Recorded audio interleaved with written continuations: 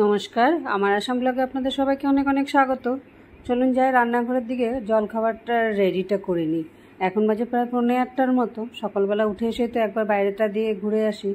তো বাইরেটার থেকে ঘুরে আসে আগে জলখাবারটা রেডি করে রেখে তারপরে বাকি কাজকর্মগুলো করব।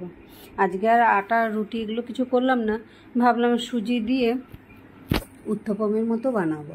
তাই তো সেখানে সুজি, দই আর একটু নুন দিয়ে জল গুলিয়ে নিয়ে জল দিয়ে একটা পেস্টের মতো বানিয়ে এটাকে ঢাকনা দিয়ে রেখে চলে গেলাম। এবার বাকি কাজকর্মগুলো করে এসে এগুলোকে আবার একটু দেখি ঘন হয়ে গেছে, একটু জল দিয়ে একটু পাতলা করে নিয়ে ওটা তাওয়ার মধ্যে একটু বাটার মাখিয়ে নিয়েছি। তেল দিয়ে করলেও ভালো হয়, কিন্তু বাটার দিয়ে একটু সেঁকে নিলে না মানে সেন্টটা খুব সুন্দর হয় আর টেস্টটা একটু আলাদা হয়ে যায়।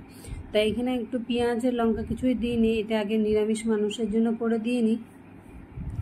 শ্রাবণ মাস ওনার বলে এখন শ্রাবণ মাসে নিরামিষ খাবে, তাই সেজন্য কোনো পেঁয়াজেরও কিছু দিচ্ছি না, আর মাছেরও কিছু ছোঁয়াছানি বলে যা বানাচ্ছি, কালকে যা বানিয়েছিলাম সেগুলো খাইনি।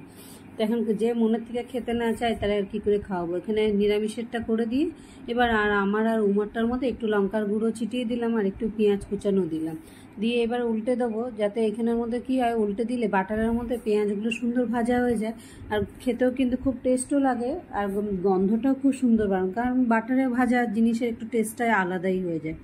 ওদেরকে দিয়ে ওরা খেয়ে দিয়ে মোটামুটি সব বেরিয়েই গেল, দুজনে টিফিনও নিয়ে নিল। এবার আমি আমার জলখাবারটা রেডি করে নিলাম। চায়ের মধ্যে একটু দুধটা গুলিয়ে নিই, দাঁড়ান। সঙ্গে এখানে নিয়ে নিলাম ওটস, একটু গুড় দিয়ে নিয়ে নিলাম, আর ওখানে আমার জন্য দুটো উত্তপম নিয়ে নিয়েছি, একটু সস নিয়ে নিই।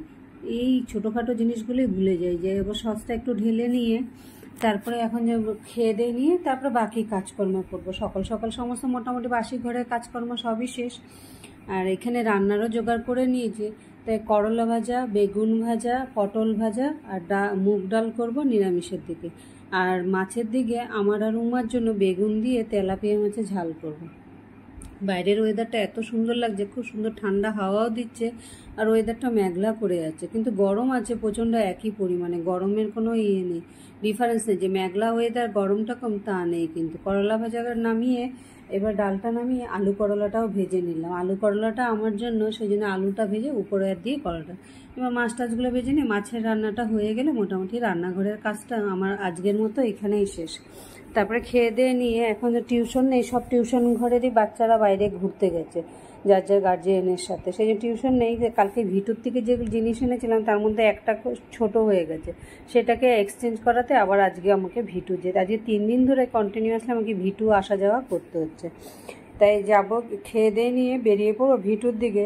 আর ভিটুর থেকে কি আনলাম, এসে এখানে উমার জন্য এনেছি সাদা টপটা, মাথার মধ্যে ক্যাপ লাগানো, কটনের মধ্যে। আর সাদা জিনিস দেখলে আমি এমনিও থাকতে পারি না, আমার হয় নিজের জন্য কিনবো নাহলে ওদের জন্য কিনবো। সাদা জিনিসটা এতই প্রিয় আমার, যায় না। আর আমার জন্য একটা লেগিংস আনলাম কালো, একটা সাদা অনেক কুর্তো আছে কিন্তু কালো লেগিংস সেরকম একটা নেই পরার জন্য, একটা লেগিংস আনলাম আর সাথে এই কানের দুলগুলো আনলাম। কানের দুলগুলো কেমন হয়েছে আর কিরকম দাম পড়েছে, যারা যারা ব্লগ দেখছো পারলে পরে এটা কমেন্টে জানিও আমাকে, এটার দাম কত হতে পারে।